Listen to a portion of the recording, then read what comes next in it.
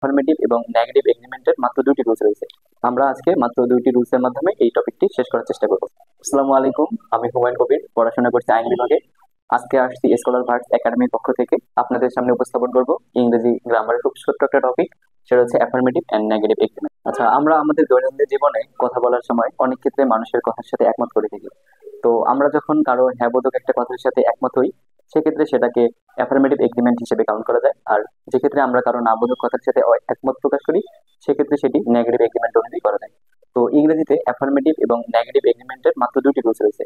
আমরা আজকে মাত্র দুইটি রুলসের মাধ্যমে এই টপিকটি শেষ করার চেষ্টা করব।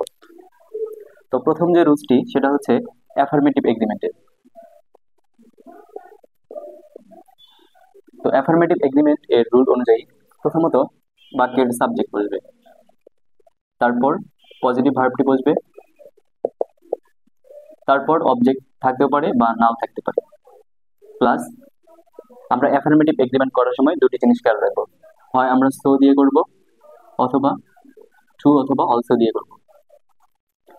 তো সো কখনোই বাক্যের শেষে বসে না, সোকে বাক্যের মাঝখানে বসাতে হয়। তো এইখানে আমরা অবজেক্টের পরে সোকে রাখবো, তারপর অক্সিলারি ভার্ব এবং সবশেষে সাবজেক্টকে রাখবো। অর্থাৎ শেষোক্ত যে বাক্যটি আছে সেটি সাবজেক্টকে বসিয়ে দেবো। তো এরকম একটা এক্সাম্পল আমরা দেখি, যেমন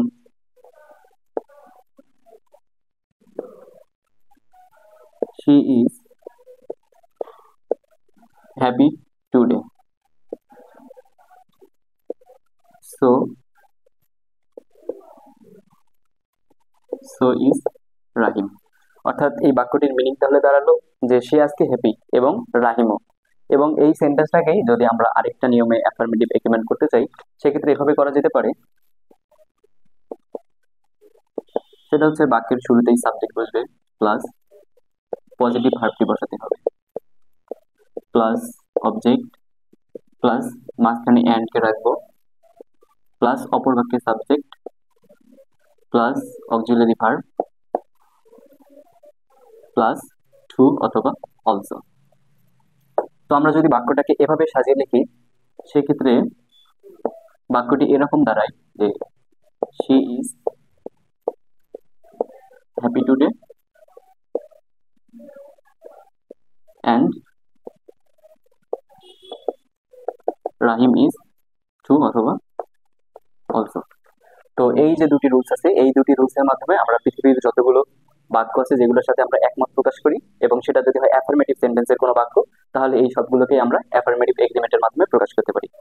এবং এই ক্ষেত্রে আমাদেরকে যেটা মনে রাখতে হবে সেটা হচ্ছে সো এবং ট্রু অথবা অলসো এর ব্যাপারটা মনে রাখতে হবে। সো বসে বাক্যের মাঝখানে,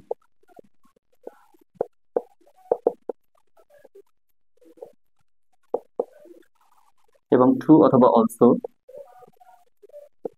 এই দুটি সবসময় বাক্যের শেষে বসে। আর এখানে আরেকটি জিনিস লক্ষ্য রাখতে হবে, সেটা হচ্ছে এই পরের যে সেন্টেন্সটা আছে এখানে আমরা যে অক্সিলারি ভার্বটি ব্যবহার করব, সেটি অবশ্যই এই মূল সেন্টেন্সের যে ভার্বটি আছে সেই অনুযায়ী বসাতে হবে। অর্থাৎ মূল সেন্টেন্সের ভার্বটি যদি প্রেজেন্ট টেন্সে হয় তাহলে প্রেজেন্ট টেন্সে বসাতে হবে, যদি ফিউচার টেন্সে হয় তাহলে ফিউচার টেন্স অনুযায়ী বসাতে হবে, এবং যদি মূল সেন্টেন্সের যে ভার্বটি আছে সেটি যদি পাস্ট টেন্সে হয়ে থাকে তাহলে আমাদেরকে পাস্ট টেন্স অনুযায়ী অক্সিলারি ভার্বটি বসাতে হবে। তো এক্ষেত্রে যে জিনিসটি মনে রাখতে হবে সেটা হচ্ছে অক্সিলারি ভার্বটি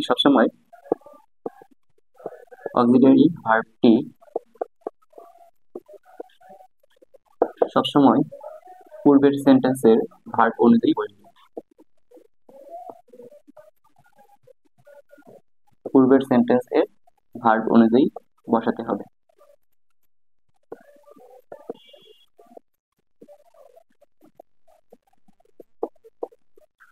তো আমরা যদি অন্য কোনো উদাহরণে চলে যাই, আচ্ছা তাহলে চলুন আর কিছু উদাহরণ দেখা যায়। আমি এই সেন্টেন্সটি মিশিয়ে দিচ্ছি এবং এই সেন্টেন্সটিও মিশিয়ে দিচ্ছি। আচ্ছা, আমরা যদি আরেকটা সেন্টেন্স লিখি, যেমন এই রুলসটি অনুযায়ী, he likes the movie, so do I. এবং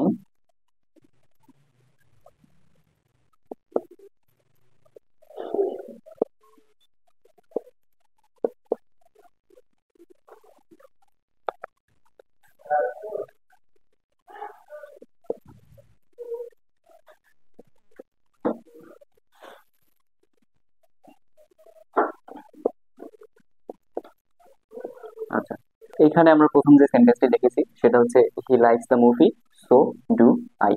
তো এই সেন্টেন্সটার ক্ষেত্রে আমাদেরকে লক্ষ্য রাখতে হবে যে যখন আমরা অ্যাফার্মেটিভ এগ্রিমেন্ট করব সেক্ষেত্রে সোটাকে সবসময় বাক্যের মাঝখানে রাখতে হবে। তো আমরা এখানে বাক্যের মাঝখানে রেখেছি এবং এই সেন্টেন্সের যে ভার্বটি আছে সেটি হচ্ছে লাইকস। যেহেতু এখানে হি হচ্ছে থার্ড পারসন সিঙ্গুলার নাম্বার, এই কারণে লাইক ভার্বের সাথে এস বা ইএস যুক্ত হয়েছে এবং এই জন্য এই যে লাইকস ভার্বটি আছে এই ভার্বটির আমরা অক্সিলারি যদি বের করি সেক্ষেত্রে ডাজ পাওয়া যাবে। যেহেতু এটা হি হচ্ছে থার্ড পারসন সিঙ্গুলার নাম্বার, সেই অনুপাতে এখানে যদি আমরা আই ভার্বটির অক্সিলারি ভার্ব নির্ণয় করতে যাই তাহলে আমরা ডু পাবো। এই কারণে এখানে ডুটাকে বসিয়ে দেবো অক্সিলারি ভার্বের জায়গায়।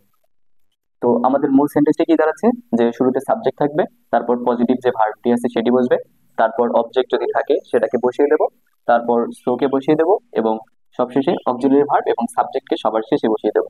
এটি হচ্ছে আমাদের প্রথম সেন্টেন্সটি। এবং দ্বিতীয় যে রুলসটি আমাদের এবং দ্বিতীয় রুলস অনুযায়ী আমরা যে সেন্টেন্সটি লিখেছি সেটা হচ্ছে I play football and he does too. তো দ্বিতীয় সেন্টেন্সটির ক্ষেত্রে আমরা লক্ষ্য করছি যে এখানে মাঝখানে আমরা অ্যান্ড কে নিয়ে আসছি। যেহেতু আমরা সোকে ব্যবহার করিনি এই কারণে ট্রু এবং অলসো দিয়ে আমাদেরকে সেন্টেন্সটা করতে হয়েছে, এই জন্য আমরা মাঝখানে অ্যান্ড নিয়ে আসছি। এবং যেহেতু আমাদের এখানে অ্যান্ড এর পর সাবজেক্ট বসে, তারপর অক্সিলারি ভার্ব বসে, তারপর ট্রু অথবা অলসো বসাতে হয়। তো সেই রুলস অনুযায়ী আমরা প্রথম যে বাক্যটা সেটাকে লিখেছি যে I play football and he does too. এখানে হি হচ্ছে যেহেতু third person singular number,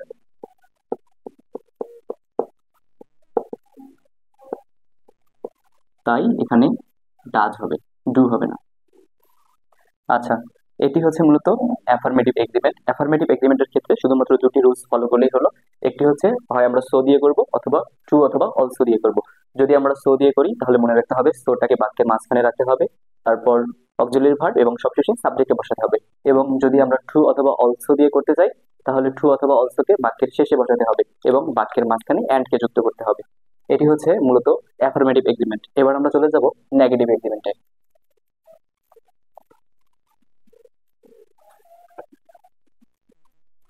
negative এগ্রিমেন্টটা হচ্ছে মূলত অ্যাফার্মেটিভ এগ্রিমেন্টের মতোই। অ্যাফার্মেটিভ এগ্রিমেন্টের ক্ষেত্রে আমরা কোনো পজিটিভ বাক্যের সাথে বা কারো পজিটিভ কথার সাথে একমত পোষণ করি, কিন্তু নেগেটিভ এগ্রিমেন্টের ক্ষেত্রে মূলত বাক্যটি হয় নাবোধক বাক্য। এবং নাবোধক বাক্যের ক্ষেত্রে কিভাবে এগ্রিমেন্ট গঠিত হয় আমি এখন সেটাই দেখিয়ে দেবো মাত্র দুটি রুলসের মাধ্যমে। তো প্রথম যে রুলসটি সেটি অনুযায়ী শুরুতে সাবজেক্ট প্লাস ভার্ব বসবে, এই ভার্বটি অবশ্যই negative verb,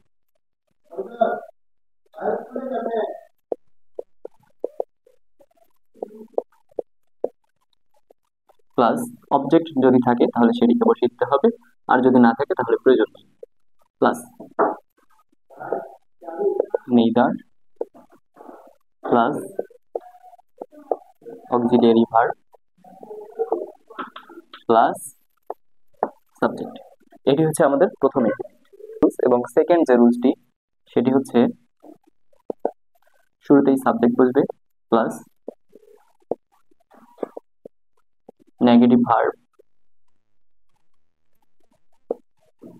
plus object plus and plus subject plus auxiliary verb plus not plus either.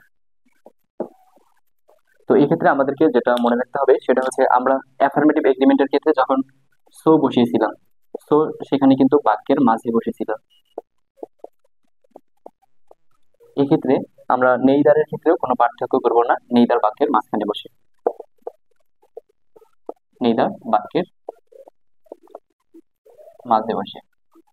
এবং অ্যাফার্মেটিভ এগ্রিমেন্টের ক্ষেত্রে আমরা যখন ট্রু অথবা অলসো ব্যবহার করেছিলাম এই অংশটি কিন্তু বাক্যের শেষে বসেছিল এবং সেই ক্ষেত্রে মাঝখানে একটা এন্ড চলে আসছিল। তো নেগেটিভ এগ্রিমেন্টের ক্ষেত্রেও এই বিষয়টি একদম সেম হবে। তো যে ক্ষেত্রে আমরা নট প্লাস নেইদার ব্যবহার করব, নট প্লাস এইদার ব্যবহার করব, সেটা বসবে বাক্যের শেষে এবং এক্ষেত্রে বাক্যের মাঝখানে একটি এন্ড কে যুক্ত করতে হবে।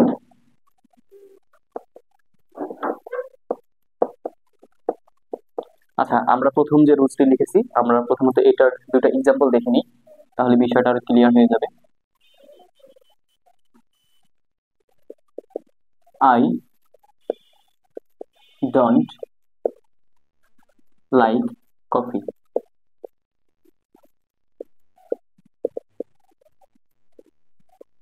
Neither does she.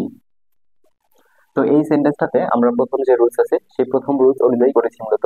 তো এখানে প্রথমে সাবজেক্টটাকে বসিয়ে দিয়েছি, তারপর নেগেটিভ ভার্ব এই ডোন্ট লাইক এটাকে বসিয়ে দিয়েছি, এবং এখানে বাক্যটাতে অবজেক্ট বসিয়ে দিয়েছি, এবং তারপরে আমাদের যে নেগেটিভ এগ্রিমেন্ট আছে নেগেটিভ এগ্রিমেন্ট অনুযায়ী নেইদারকে বসিয়ে দিয়েছি। নেগেটিভ এগ্রিমেন্টের ক্ষেত্রে মনে রাখতে হবে যদি আমরা নেইদারকে ব্যবহার করি তাহলে সেটি বাক্যের মাঝখানে বসে, এবং তারপর আমরা অক্সিলারি ভার্বকে বসিয়েছি এবং সবশেষে সাবজেক্টকে বসিয়েছি। যেহেতু এখানে সাবজেক্ট হিসেবে আসে শি, তো শি এর যদি আমরা অক্সিলারি ভার্ব করি সেক্ষেত্রে ডাজ হবে, কেননা এটা থার্ড পারসন সিঙ্গুলার নাম্বার। আবার আরেকটা যদি এক্সাম্পল দেখি আমরা, যে he did not play cricket neither did I. আচ্ছা, এই যে সেন্টেন্সটি আমরা লিখলাম এটি মূলত পাস্ট টেন্সের একটা সেন্টেন্স। তো এখানে আমরা সাবজেক্টের পর যে নেগেটিভ ভার্বটি ব্যবহার করেছি এই অংশে পাস্ট টেন্সকে ব্যবহার করেছি, অর্থাৎ ডিড নট। তো এই জন্য নেইদারের পরে যে অংশটা আছে যেখানে আমরা অক্সিলারি ভার্বকে বসিয়ে দিয়েছি এই জন্য এখানে ডিড হবে। আর প্রথম বাক্যের ক্ষেত্রে এখানে ডন্ট বসেছিল যেটি ছিল প্রেজেন্ট টেন্সের, এই কারণে এখানে ডাজ হয়েছে। তো এবার আমরা পরের অংশটিতে চলে যাই। তো পরের অংশে যে রুলসটি আমরা লিখেছি সেটা হচ্ছে subject plus negative verb plus object plus বাক্যের মাঝখানে লিখেছি and plus subject plus auxiliary verb plus not plus either. তো এই রুলস অনুযায়ী যদি আমরা দুটো এক্সাম্পল দেখি, I won't join the meeting and she will not either। এক্ষেত্রে আমাদের প্রথম যে বাক্যটি আছে আমরা প্রথমে সেই বাক্যটিকে লিখেছি এবং এখানে একটা নেগেটিভ ভার্ব ব্যবহার করেছি এবং মাঝখানের অংশে এন্ড কে নিয়ে আসছি, কেননা এখানে আমাদের যে সেকেন্ড রুলসটি আছে সেই সেকেন্ড রুলস অনুযায়ী যদি আমরা নেগেটিভ এগ্রিমেন্ট করি সেখানে বাক্যের মাঝখানে এন্ড চলে আসে, এবং তারপর সাবজেক্ট হিসেবে she কে বসিয়ে দিয়েছি, অক্সিলারি ভার্ব হিসেবে এখানে will কে বসিয়ে দিয়েছি। যেহেতু এই সেন্টেন্সের পূর্বের যে সেন্টেন্সটি আছে সেটাতে অক্সিলারি ভার্ব হিসেবে আছে ওন্ট। আমরা জানি ট্যাগ কোশ্চেনের ক্ষেত্রে আমরা করেছিলাম যে উইল থাকলে উইল নট না লিখে ওন্ট লিখতে হয়। তো এখানে আমাদের যে অক্সিলারি ভার্ব হিসেবে আছে উইল, এবং উইলের সাথে নট যোগ হয়ে উইল নট জয়েন অর্থাৎ নেগেটিভ ভার্ব গঠন করেছে, এই জন্য এখানে অক্সিলারি ভার্ব হিসেবে উইল বসবে। আরেকটি সেন্টেন্স যদি আমরা দেখি, যে most students are not most students don't like homework and I do not either। এই সেন্টেন্সটিও আমরা এই যে রুলসটি আছে রুলস 2 সেই 2 অনুযায়ী করেছি। এখানে আমরা প্রথমে যে পূর্বের যে সেন্টেন্সটি আছে প্রথমে পূর্বের সেন্টেন্সটিকে লিখেছি এবং এর মাঝখানে অ্যাড কে যুক্ত করেছি, এবং তারপরে সাবজেক্ট হিসেবে এখানে আই কে রেখেছি এবং আই এর অক্সিলারি ভার্ব হিসেবে এখানে ঢুকে রেখেছি, তারপর নট এইটা বসিয়ে দিয়েছি। তো এটাই ছিল আমাদের মূলত অ্যাফার্মেটিভ অ্যান্ড নেগেটিভ এগ্রিমেন্ট। আমি আবারও বলছি অ্যাফার্মেটিভ অ্যান্ড নেগেটিভ এগ্রিমেন্ট হচ্ছে মূলত আমরা যখন কারো কোনো বাক্যের সাথে ঐক্যমত পোষণ করি, যদি সেটা অ্যাফার্মেটিভ বাক্য হয় তাহলে হয় অ্যাফার্মেটিভ এগ্রিমেন্ট, এবং যদি নেগেটিভ কোনো বাক্য হয় সেক্ষেত্রে হয় নেগেটিভ এগ্রিমেন্ট। আমি আজকের পড়াটার একটা সামারি করে দিচ্ছি। আচ্ছা, আমরা আজকে এখন অ্যাফার্মেটিভ অ্যান্ড নেগেটিভ এগ্রিমেন্টের যে পড়াটা পড়লাম এটার সামারি করে দিচ্ছি। তো প্রথমত affirmative agreement, affirmative and negative. Affirmative agreement গঠিত হয় মূলত সো এর মাধ্যমে, টু অথবা অলসো এগুলোর মাধ্যমে। তো মনে রাখতে হবে সো বসে বাক্যের মাঝে এবং টু অথবা অলসো বসে বাক্যের শেষে, এবং মনে রাখতে হবে এই ক্ষেত্রে বাক্যের মাঝে এন্ড কে বসাতে হয়।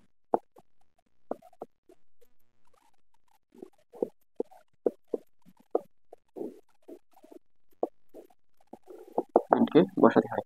আর নেগেটিভ এগ্রিমেন্টের ক্ষেত্রে নেগেটিভ এগ্রিমেন্ট হয় মূলত নেইদার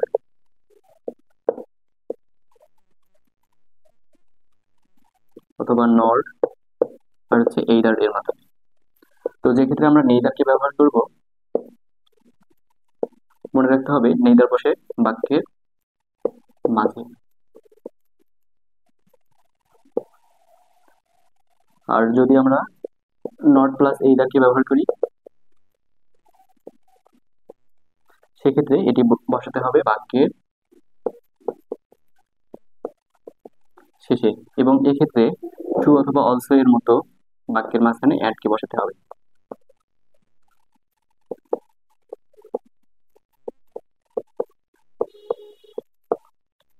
তো এটাই ছিল আমাদের আজকের আলোচ্য টপিক, এবং আমাদের ক্লাসগুলো যদি আপনাদের ভালো লেগে থাকে তাহলে অবশ্যই আমাদের সাথে থাকবেন এবং আমাদের ইউটিউব চ্যানেলটিকে সাবস্ক্রাইব করে দিবেন। ধন্যবাদ সকলকে।